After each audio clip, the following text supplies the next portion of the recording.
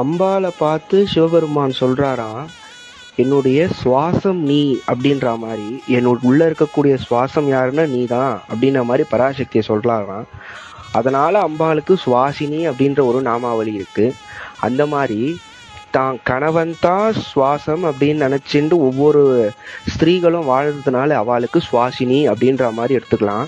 லலிதா சகஸ்ரநாமத்துல ஒரு நாமாவளி சுவாசினி அர்ச்சன பிரீதாயை நமஹா அப்படின்னு சொல்லி, எந்த சாதகன் அம்பாளுடைய ஸ்வரூபமா பாவனை பண்ணிட்டு ஒரு சுவாசினியை பூஜை பண்றானோ, நமஸ்காரம் பண்றானோ, அந்த சாதகனை பார்த்து அம்பாள் வந்து பிரீத்தி ஆகுறாளாம். அப்படி ஒரு அர்த்தம். இன்னொரு அர்த்தம் எப்படி எடுத்துக்கிறதுனா, சுவாசினி எல்லாம் சேர்ந்து அம்பாள் அர்ச்சனை பண்ணா அம்பாள் பிரீத்தி ஆகுறா. எனக்கு பூஜை தெரியல, ஜபம் பண்ண தெரியல, யாகம் பண்ண தெரியல, அபிஷேக ஆராதனை எதுவுமே எனக்கு தெரியலனா கூட ஒன்னே ஒன்று பண்ணணும். நம்ம ஆத்துக்கு நம்ம பூஜை பண்ணிட்டு இருக்கோம், ஏதோ ஒரு சிம்பிளா ஒரு பூஜை பண்ணும்போது ஏதாச்சும் ஒரு சுவாசினி வரா அப்படின்னா, சாக்ஷாத் அவளை தேவியா நினைச்சு நமஸ்காரம் பண்ணி அவளுக்கு மங்கள திரவியம் கொடுத்தாலே அம்பாள் அப்படியே ஒய்யார பிரீத்தி ஆகுறாளாம், பரமானுகிரகம் பண்றாளாம், கருணையை பொழிறாளாம் தேவி. அந்த மாதிரி பண்ணிடுவா அந்த சுவாசினி.